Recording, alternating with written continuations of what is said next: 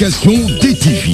La magie de la télé vous suit partout dans le monde. Avec son nouveau service disponible sur les supports Windows, iOS, iPhone, Android et tablette. La DTV sous vos yeux, partout, à tout instant. Avec la DTV, vivez la magie de la télé.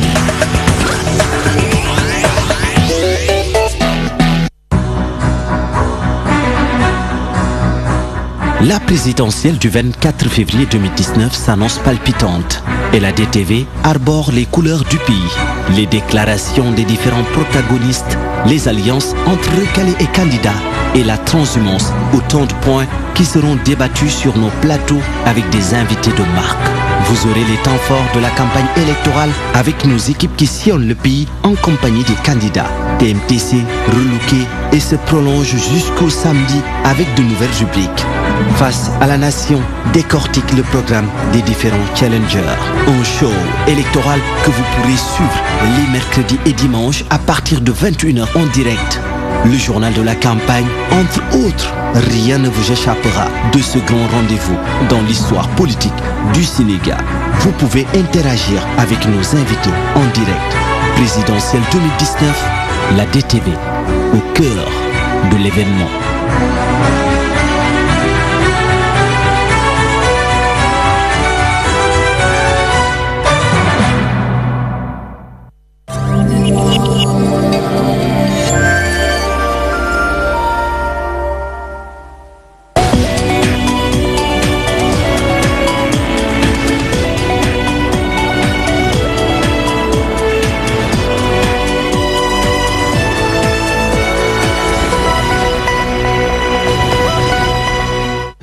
Mesdames, Messieurs, merci de votre fidélité. Renouvelez la magie de la télé 20h. Les titres de cette édition.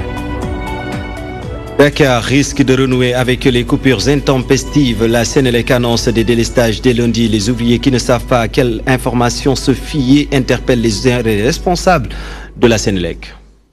Affaire des 94 milliards de francs CFA, les langues se délient autour de la commission qui doit statuer sur le dossier. Le député Abdoulaye Ndiaye applaudit et exige la lumière sur cette affaire. Cheikh Tidiane Touré, quant à lui, pense que la 13e législature est en train de tergiverser.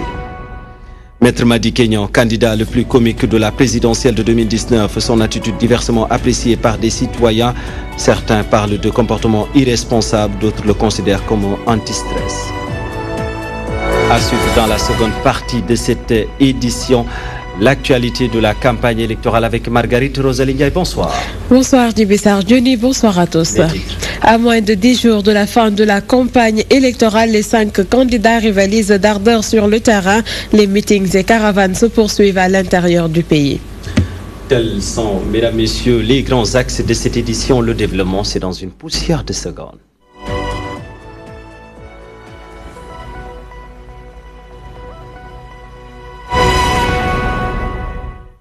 Bonsoir et bienvenue si vous nous rejoignez sur la DTV. Les populations vont-elles encore vivre le spectre des délestages pour la Sénélec? Il est fort probable qu'il y ait coupure de courant dès lundi. Des ouvriers attendent d'être édifiés sur la question. Ils interpellent l'autorité compétente à corriger les défaillances avant de plonger la population dans des séries de délestages. Reportage à Djarenjaï. Pas encore. Pour des travaux de renforcement de qualité, la Sénélec compte couper le courant pour cette semaine. Un communiqué qui secoue les électriciens, couturiers, entre autres. C'est ça notre source de revenus. Alors, ils doivent prendre des dispositions quand ils coupent le courant pour nous aider. Ce n'est pas facile de rester toute une journée sans électricité, alors que nous payons plus cher à chaque facture. Nos machines sont parfois endommagées à cause de la coupure et aussi les commandes tardent parce que nous ne pouvons pas livrer à temps. Franchement, cela ne nous arrange pas. Beaucoup de matériel sont là et attendent d'être réparés à cause des coupures. Par contre, ce meunier estime que c'est une bonne chose de couper le courant quand il y a des travaux à faire. Il y a toujours des conséquences quand il s'agit de faire des travaux, mais c'est bien si cela peut nous être utile après. C'est vrai que cela freine nos activités, mais s'il communique à temps, nous pourrions, nous, à notre niveau, prendre nos dispositions pour essayer de travailler plus pour compenser la journée perdue. Ces ouvriers qui travaillent grâce à l'électricité exhortent les autorités de trouver une solution. Nous payons notre argent. De ce fait, il faut qu'ils nous respectent en nous donnant l'électricité qu'il faut. C'est leur devoir.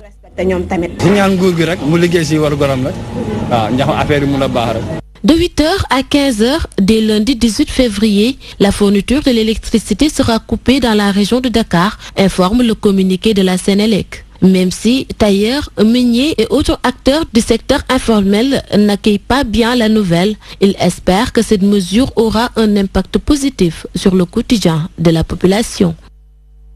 Pendant ce temps, à Djarindia, les syndicalistes de la pêche et de l'aquaculture haussent le ton. Ils exigent le paiement de la dette intégrale due aux observateurs depuis 2002. Ces travailleurs menacent de paralyser le secteur de la pêche d'ici les jours à venir. Ils annoncent le dépôt d'un préavis de grève. Sarata Sylvisson nous en dit plus. Après avoir rencontré le patronat du secteur de la pêche, l'intersyndicat des travailleurs de la pêche et de l'aquaculture suspend son mot d'ordre de grève pour un bon déroulement de la campagne électorale. Toutefois, ils mettent en garde et alertent sur un nouveau préavis qui sera déposé au lendemain de l'installation du nouveau gouvernement. Ce secteur est en péril. Nous comptons comme dès l'installation du premier gouvernement, du gouvernement qui sera là, le lendemain, ils recevront notre préavis de grève. Et en ce moment, il faut qu'on parle avec le secteur de la pêche. La lutte ne fait que commencer. Elle s'étendra sur tous les services du département et la mise en œuvre d'actions locaux, mais aussi la non-délivrance des certificats de salubrité. Il continue de réclamer un traitement salarial équitable, l'audit de la CPIA, l'indemnité de logement et le paiement de la dette estimée à 2,40 milliards. Nous réclamons l'attribution d'indemnités de logement, de risque, d'itinérance, de suggestion. L'intersyndicat réclame une gestion démocratique et transparence des ressources humaines et financières. Le paiement de la dette en intégralité due aux observateurs. L'intersyndicat n'est pas seul dans ce combat. Il peut compter sur le soutien de la Confédération démocratique des syndicats libres du Sénégal. Nous allons être à leur côté, les aider à mieux concevoir leur plan d'action et à l'exécuter. Et à faire de sorte que c'est après les élections, que le nouveau gouvernement puisse faire face à ces revendications-là. Et à ce niveau, nous pensons que notre rôle est de faire de sorte qu'ils soient entendus. Sinon, c'est l'ensemble du secteur qui va être paralysé. Ainsi, l'ITRAPES observe une pause, mais ne compte pas lâcher prise jusqu'à la satisfaction totale de leurs revendications. Par ailleurs, ils demandent plus de respect et de considération. Affaire des 94 milliards de francs CFA, l'installation d'une comité d'enquête suscite réaction. L'honorable député Abdoulaye Ndiaye juge normal la mise sur pied de cette commission afin de tirer cette histoire au clair. Cheikh Tidiane Touré voit autrement. L'ancien député estime que l'Assemblée nationale commence à tomber en décrépitude. Safiatou Koli Ndiagasso. Une commission d'enquête est le moyen utilisé pour contrôler le pouvoir exécutif. Du moins, c'est l'avis de ces anciens parlementaires. La commission parlementaire, c'est tout à fait normal. Parce que si on voit les pouvoirs, automatiquement, l'Assemblée nationale doit contrôler l'exécutif.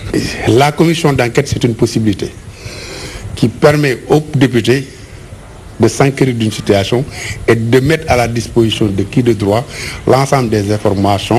L'affaire des 94 milliards mérite certes d'être tirée au clair, mais pour l'ancien député Cheikh Tidiane Touré, celle-ci est juste une perte de temps. Cette commission parlementaire, je suis quand même surpris avec tous les scandales que nous avons vécus, que nous vivons à l'heure actuelle. C'est de la biperie. C'est une commission créée pour alimenter, tout simplement pour répondre les bailleurs de fonds. Mais c'est une manière d'étouffer définitivement l'affaire.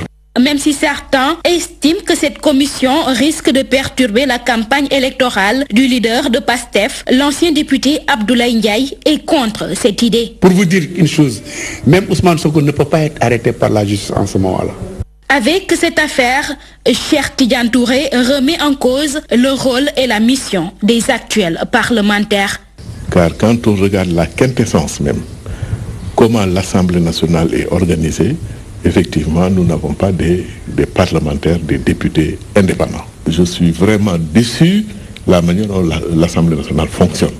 Et j'ai honte même d'être un député. Cette commission est composée de 9 membres, dont 7 du groupe parlementaire Benno Bokk Yakaar. Pour l'ancien député libéral, la procédure est respectée. Non, c'est la réglementation. Ce sont les dispositions du règlement intérieur qui l'exigent. Le dossier des 94 milliards est loin de connaître son épilogue. Les 6 prochains mois vont permettre aux députés d'apporter la lumière sur cette affaire qui défraie la chronique. Politique à présent, présidentielle 2019, Bamba Fall se prononce enfin sur son choix. Le maire de la commune de la Médina adopte la même posture qu'Aïda Mbodj. Le socialiste choisit de ne soutenir aucun candidat. À la Médina, nous retrouvons notre reporter Mansour Sow. Mansour Sow, bonsoir. Bonsoir à vous, Didi Sardioni. Alors, est-ce que vous pouvez revenir sur le choix de Bamba Fall, maire de la Médina? Didi Sardioni, il faudrait juste retenir une chose, de manière laconique même et lapidaire, que Bamba Fall, Cheikh Ahmadou Bamba Fall, le maire de la Médina, a décidé tout bonnement de ne soutenir aucun des 5 candidats, et ceci après concertation avec donc les différentes parties prenantes. Parce que, dit-il, il laisse le libre choix à ses militants de choisir qui veulent soutenir donc, au soir du 24 février prochain. Un peu plus tôt, il faudrait retenir aussi que la rue 25, angle 22, avait fini donc de faire le plein des socialistes des valeurs, avait fini donc de rallier cette place pour voir un peu qui donc le leader en quelque sorte va soutenir. Mais son annonce donc a sonné comme a refroidi les ardeurs de pas mal de militants qui ont fini même par, à travers des injures même, ne pas soutenir un peu la déclaration de leur maire. Et un peu plus tôt aussi, il faudrait retenir aussi que le leader du grand parti, El Hadji Malick Gakou aussi, lui aussi, il avait rallié cette place, cette mythique place donc, qui se retrouve au niveau de la Médina. Pour dire-il, il était venu donc de la part du leader de la coalition IDI 2019 pour voir un peu quand sera-t-il. Mais au finish, donc, la montagne n'a accouché donc que d'une souris. Cheikh Ahmadou Bamba Fall a décidé tout bonnement de ne soutenir aucun des 5 candidats. Merci beaucoup, Mansour Sow. Mansour Sow, depuis la Médina, qui vient tout juste de nous informer du choix de Bamba Fall, le maire de la commune de la Médina, qui décide de ne soutenir aucun candidat. Et nous allons y revenir plus amplement dans nos prochaines éditions de la Médina. Direction Pikine, les jeunes de Benno Bokk Yakaar rappellent Maître Wade à l'ordre. Ils invitent les chefs religieux à raisonner le pape du Sopi. Les jeunes apéristes de Pikine ont tenu leur assemblée générale pour préparer la venue de leur candidat le 19 février prochain dans le département La Sénégal-Djandi, Ibrahim Togola. Wade contre tous, c'est ce que semblent dire les jeunes de la coalition Benno Bokk Yakaar de Pikine. En assemblée générale, ils invitent les chefs religieux à raisonner les prédécesseurs de Macky Sall. Aux chefs religieux, à tous les dignitaires, à toutes les personnes de bonne volonté de ce pays, d'aller rencontrer notre grand-père, le président Abdoulaye Wade, et de le ramener à la raison. Ces jeunes de la coalition présidentielle préparent la venue de Macky Sall en banlieue. Le chef de l'État sortant est attendu à Pikine.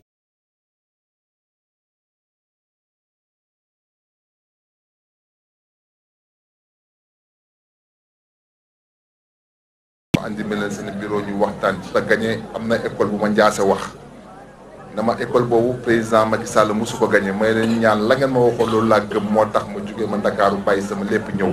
Au dernier virage de la campagne électorale, les candidats au scrutin du 24 février en route vers la capitale après avoir sillonné le pays. Dakar, un enjeu de taille pour les 5 candidats à la course présidentielle. Présidentielle 2019, Maître Madi Kignon est-il le candidat le plus aimé? En tout cas, il suscite beaucoup d'attention pour l'ensemble de ses traits d'humour. Au-delà de ses faits et gestes, ces mots provoquent le rire. Stratégie politique ou pas, des citoyens interprètent diversement ses sorties. D'aucuns l'approuvent, d'autres jugent irresponsable sa façon de faire. Ndeye Fatimlo. C'était la surprise des résultats du parrainage. Le candidat Madi Kignon est l'attraction de cette campagne électorale.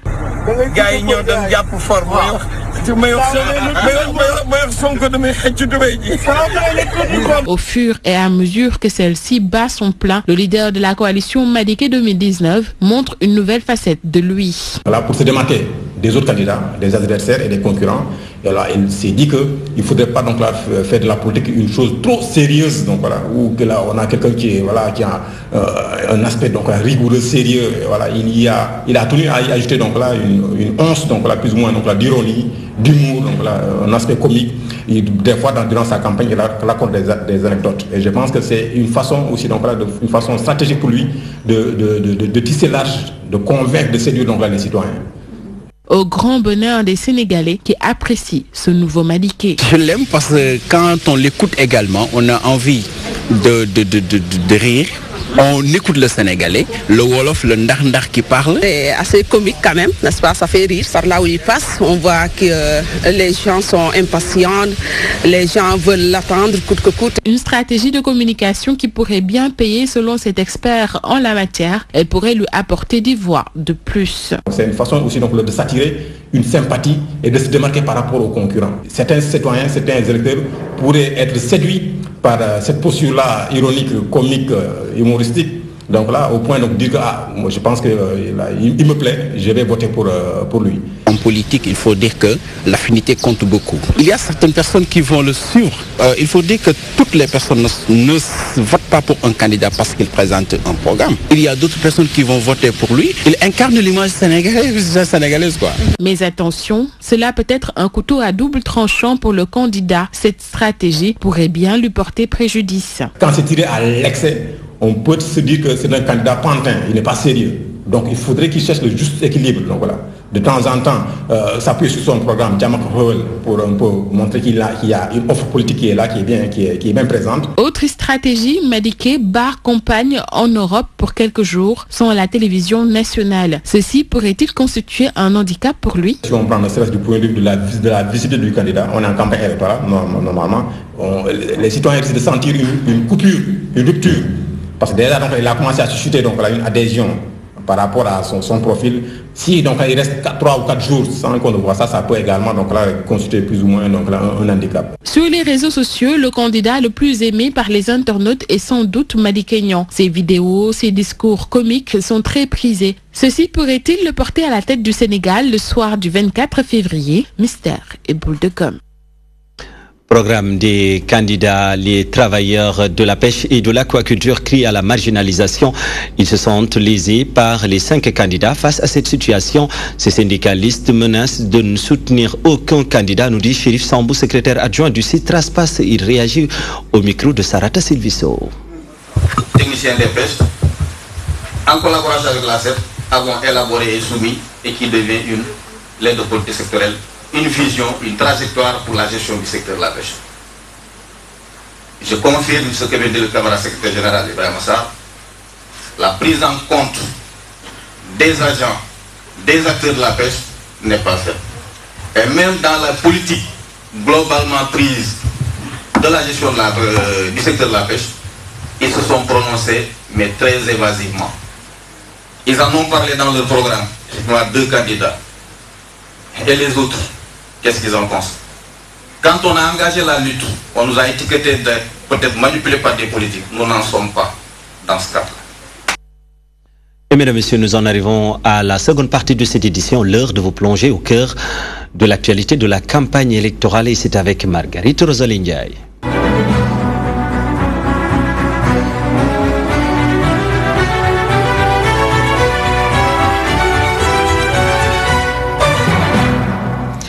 Direction Ourossogui, Idrissa Seck accueilli par une immense foule. Le leader de la coalition IDI 2019 se dit surpris car il ne s'attendait pas à cela. Il estime que cette localité a aussi besoin de changement. Voici Idrissa Seck.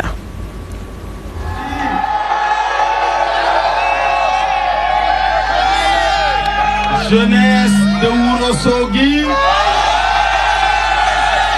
jeunesse du Fouta, man daal bi may tàmbali campagne bi ku ma waxoon ne lii mooy xew Ourossogui du ma ko mën a gëm mais je constate que le même désir de changement qui traverse l'ensemble du peuple sénégalais n'épargne pas la population du Fouta, meurtrie par les mêmes difficultés et les mêmes souffrances que partout ailleurs. bi ñu duggee Kanel loolu la ñu jeunesse bi wax bi ñu ñëwee fii Ourossogui loolu la ñu jeunesse bi wax.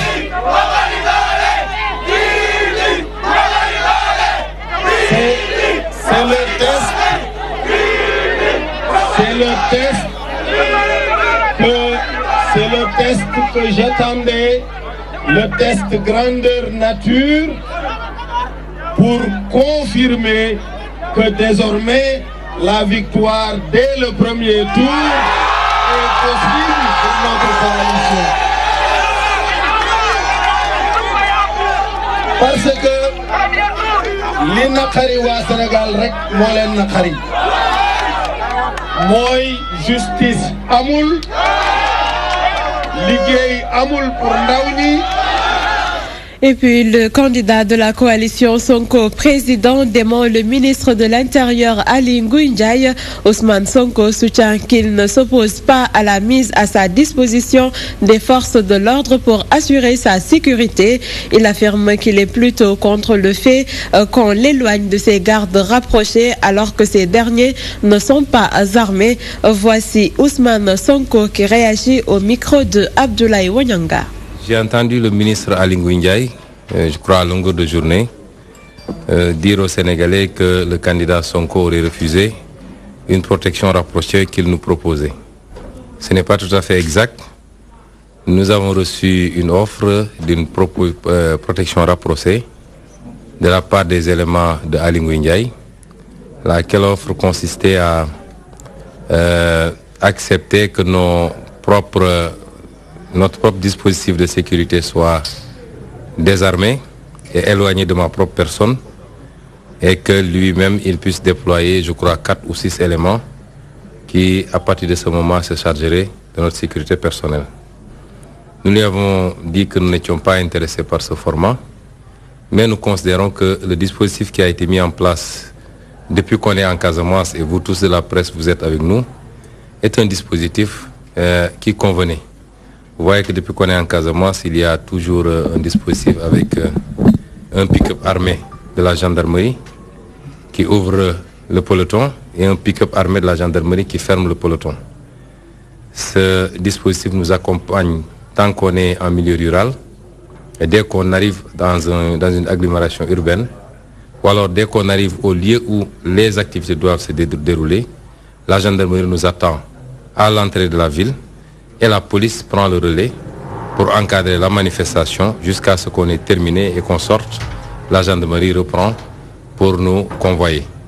Nous pensons que ce dispositif est un excellent dispositif qui peut sécuriser pas seulement les candidats, mais l'ensemble des Sénégalais durant cette période exceptionnelle de campagne électorale. Et nous n'avons pas besoin d'avoir à notre sein des éléments qui sont des corps étrangers, il faut dire les choses telles quelles, envoyés par un ministre en qui nous n'avons absolument pas confiance. Nous avons quand même des raisons objectives de ne pas avoir confiance en ce ministre. Rappelez-vous que lorsque un gendarme a été envoyé dans notre domicile familial, sur l'histoire des fameuses fiches de parrainage. Il a été le premier, le soir, à aller dans une radio pour démentir en disant qu'il n'y a aucun gendarme qui s'est introduit chez nous. Et le 6 février, le tribunal de Ziguinchor a statué pour condamner ce gendarme et dire qu'il était effectivement avec d'autres sur les lieux, mais qu'il a refusé de donner le nom de ses commanditaires. Nous considérons que ce ministre de l'Intérieur, que nous avons par ailleurs récusé pour l'organisation des élections, au même titre que toute l'opposition, c'est suffisamment illustré dans une certaine manière de gérer les choses de manière tout à fait partielle et considère avoir suffisamment de responsabilité dans ce qui se passe, dans ce qui s'est passé ces 7 dernières années dans le pays, pour ne pas avoir à gérer notre sécurité personnelle. Et puis après l'étape de Tivaouane, Thiès, Le Pur et ses militants atterrissent à Saint-Louis. Leur candidat est revenu durant ses discours sur son lien avec la vieille ville où il a fait ses études. El Hadji Issa Sall salue également l'engouement dont ses partisans ont fait montre sous la houlette du coordonnateur local Mbaye Fall. Et puis la caravane Jam ak Xewal du candidat de la coalition Madické 2019 était ce vendredi dans la Petite Côte. Maître Madické Niang a mené des visites de proximité et des caravanes à Tchadjaï, Mbour et à Saly. À Saly, justement, il a rencontré les acteurs de l'artisanat. Maître Madické Niang s'engage à les accompagner. Oumar Danso. La caravane Jam ak Xewal de la coalition Madické 2019 était ce vendredi dans la Petite Côte. Maître Madické Niang a fait le tour de la ville de Mbour. Il était à la rencontre des artisans du village artisanal de Saly Portudal. L'avocat a expliqué aux acteurs l'importance qu'il va accorder au sous-secteur une fois au pouvoir. Je voudrais vous donner l'assurance que le ministère de la Formation sera l'un des ministères techniques les plus importants de mon département. Nous comptons le régler d'abord par un accompagnement de l'État. Un fonds spécial va être mis sur pied, va accompagner les artisans. Après cette étape, le candidat de la coalition Madické 2019 va rendre visite aux pêcheurs de la Petite Côte. Maître Madické Niang promet d'accompagner à travers des financements et des formations les acteurs. Suma yàlla mayee ndam dana subventionner lépp lu jëm ci pêche bi. Moo tax lu jëm ci moteur yi, lu jëm ci gaal gi, lu jëm seen essence moteur bi, yooyu yëpp dama koy subventionner bu baax a baax. L'ancien ministre va également réviser les accords de pêche signés entre le Sénégal et les pays étrangers. Ndax man dama mënul nangu ñu jël li nga xam ni sunu ay richesse la yàlla moo nu ko may li nga xam ni sunu géej gi moo ko am ñu seetaan ba yeneen bateau étranger ñëw di ko napp di ko yóbbu te duñ ko jariñoo.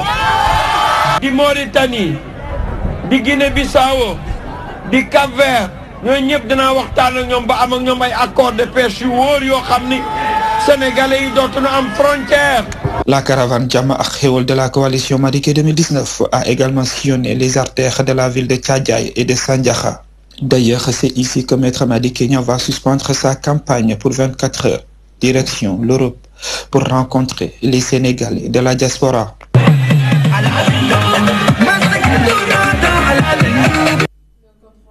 Oumar Danso, Guinguinéo, Gossas, Bombay et Diourbel, le candidat de Benno Bokk Yakaar plus que jamais confiant. Macky Sall déclare que ces déferlantes prouvent l'adhésion des populations à ses politiques, nous dit Codé Ndiaye. Guinguinéo et Gossas, première étape de la caravane de Benno